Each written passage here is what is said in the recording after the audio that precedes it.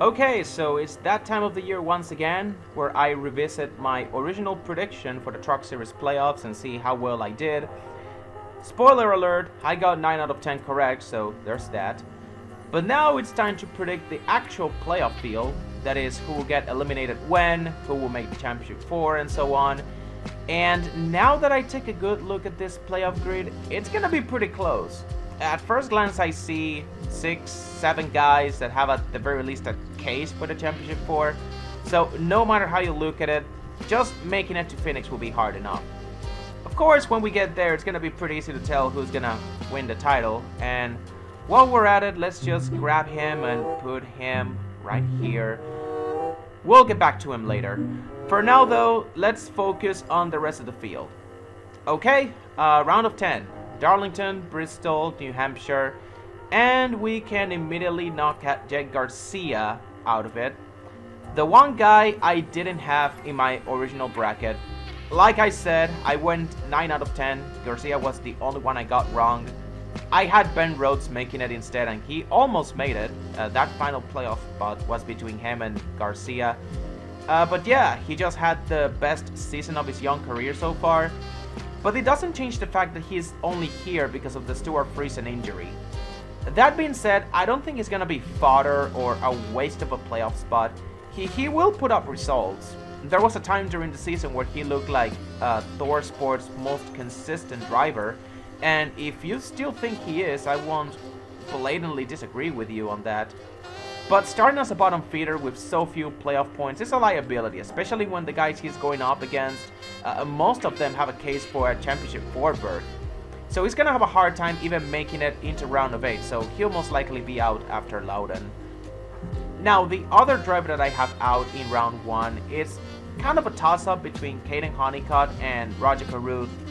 Of course, Raja, with the extra playoff points he got for the Nashville win, he gets the advantage, even if it's just a 2-point difference. However, I feel like he has taken a step back as far as consistency goes compared to last year, while Honeycutt has that nailed down to a T. Honeycutt is also driving a much better truck that already won a race this season, unlike the 45 he drove previously. I'm not saying he will necessarily win a race.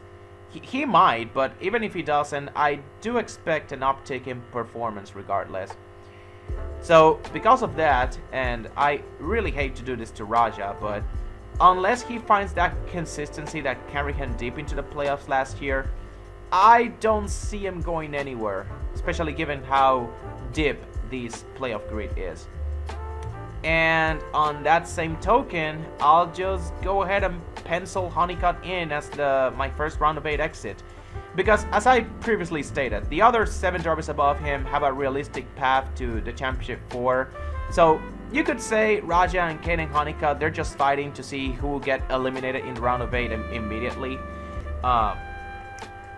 And Honeycutt, neither of them have that. Raja doesn't have that, Honeycutt doesn't have that.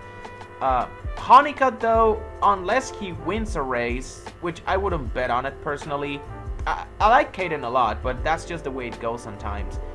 I would love for him to prove me wrong, not only because I'm a fan of his, but also because I want him to stick it to Nice Motorsports after what they did to him. But yeah, aside from Honeycutt, the round of 8 is a bit trickier because you got the Roval, Talladega, and Martinsville. And now that I take a closer look at the playoff tracks as a whole, there are no true intermediates aside from Darlington, which is the playoff opener. I mean, you got 3 short tracks in Bristol, Martinsville, and Phoenix. Yes, I consider Phoenix a short track, deal with it. And then you got New Hampshire, which is technically not a short track, but you kinda race it like one. It's a bigger Martinsville with how flat it is. And then you got 2 wildcards in Talladega and the Roval on the same round, so that shakes up my prediction by a bit. So I guess I'm gonna have to grasp at straws here to try and make a good prediction out of this. But I guess I could start with Tyler Ankrum here. Ankrum, of the 7 guys I said had a path to the championship 4, Ankrum's path is the hardest in my opinion. He's proven to be solid at all 3 tracks, short tracks, super speedways, and road courses alike. But the thing is that by the time you make it to round of 8, and given how competitive this playoff grid is, you gotta go the extra mile. Can Tyler Ankrum go out and win a short track like, say, a Ty Majeski, or a super speedway like a Grant Enfinger? I don't think so. And I also don't think he can point his way in against the likes of Daniel Hemrick or Chandler Smith. That being said, given that this round has 2 wildcard tracks, anything can happen. But the thing with that is, literally anything can happen. Ankrum could avoid a bad wreck at Talladega just as likely as he can get caught in one, for example. Or he could take advantage of someone else's misfortune at the Roval. And how likely is that to happen? About as likely as him being hit with misfortune himself. Because there's 2 sides to every coin. A lot of people say that, you know, wild cards means that underdog drivers, it levels the playing field for underdog drivers. But the truth is, there's 2 sides to every coin, and underdogs, just as likely as they are to have a chance, that chance can easily be taken away from them because of the wild card aspect. Because it works both ways. So yeah, unfortunately, this is where it ends for Ankrum. And now we get to a point where it's almost impossible to tell who will make it to Phoenix with 100% certainty. Having Ankrum eliminated here was hard enough, because in almost every other season of the Truck Series playoffs, you could argue he's a dark horse. But like I said, this playoff field is extremely deep, with 6 drivers that have a shot at the very least be part of the championship 4. I mean, you got Grant Enfinger, who won at Talladega last year. He can very well do it again.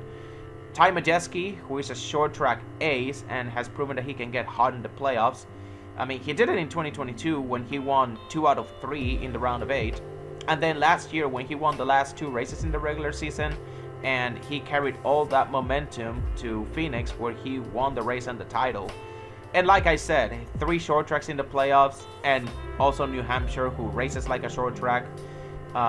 So that plays well into the 98 team's wheelhouse.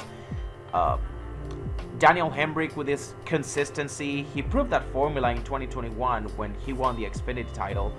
And then you got the Front Row Motorsports duo of Lane Riggs and Chandler Smith, who are the only multi-time winners this season, aside from Corey Heim. So all these guys have a great case to make it to Phoenix. And if I had to choose who wouldn't make it, I'll have to say Grant Enfinger. Look, I know I said Enfinger, he was a threat to win Talladega, and he won last year. But like I said with Tyler Ankrum earlier, Talladega is a wild card. Enfinger is as likely to crash as he is to win. That's why we don't see back-to-back winners that often at this place. 2 out of 3, maybe, but history is not on Enfinger's side this year. Now, you could still make a case for him based on consistency. Enfinger has always been a consistent driver. But the thing with that is, Daniel Hemrick exists, and he's been more consistent than Enfinger. Not to mention, he's also won a race at a non-super speedway. And he's also driving for McAnally, a team that could have very easily won that same Talladega race a year ago if they didn't self-destruct to the tri-oval on the last lap. So chances are we won't see Enfinger in the championship for this year. And so that leaves us with one final spot between 4 drivers, or should I say 3, because Lane Riggs is a lock for the championship 4 in my opinion. He's really set himself apart from the rest of the field in recent weeks, and he's become the 2nd best driver for this season. Now, obviously, on common sense, I would say that Hemrick and Chandler Smith are the 2 easy picks to complete the championship for, because Majeski is still in his championship hangover. He was dangerously close to the cut line at one point in the regular season.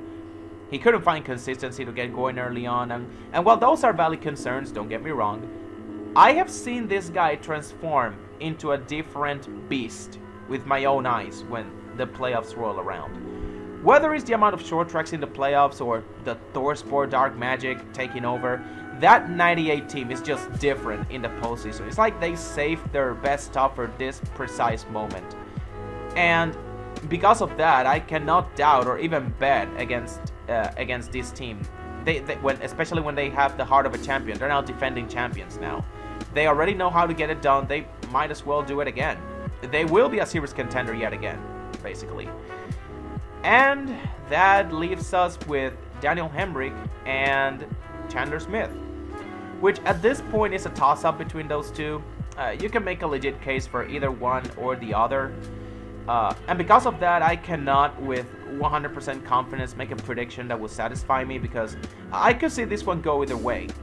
Now, obviously, if I'm wrong about Majeski and he ends up being a flop, this is an conversation, both the 90 and the 38 advance to Phoenix. But if you force me to pick right now, I would go Chandler Smith.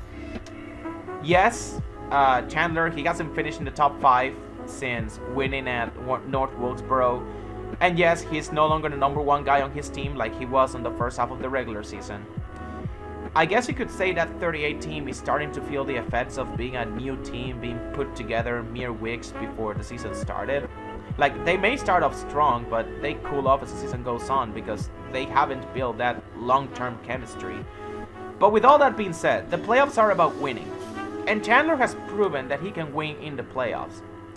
Out of the 7 career Truck Series wins he has, 3 of them have come in the playoffs. And guess what? All 3 of those playoff wins were short tracks too. And there's an abundance of those in this 2025 playoffs. So I'm giving Chandler the upper hand here, despite recent results suggesting otherwise. But like I said, Hemric and his consistency make this a very close call, so it could go either way, okay? If Hemric makes it to the championship 4, I'll happily admit I was wrong. But yeah, that's how it stands right now. I could wake up one day and just pick Hemric over Chandler, just retract my statement and just put Hemric here and move Chandler down. But as it stands right now, so after making up this video, that's how it goes.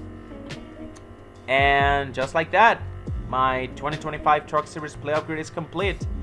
And whoever makes the championship 4 is gonna more than likely get destroyed by Corey Heim, because let's be real here.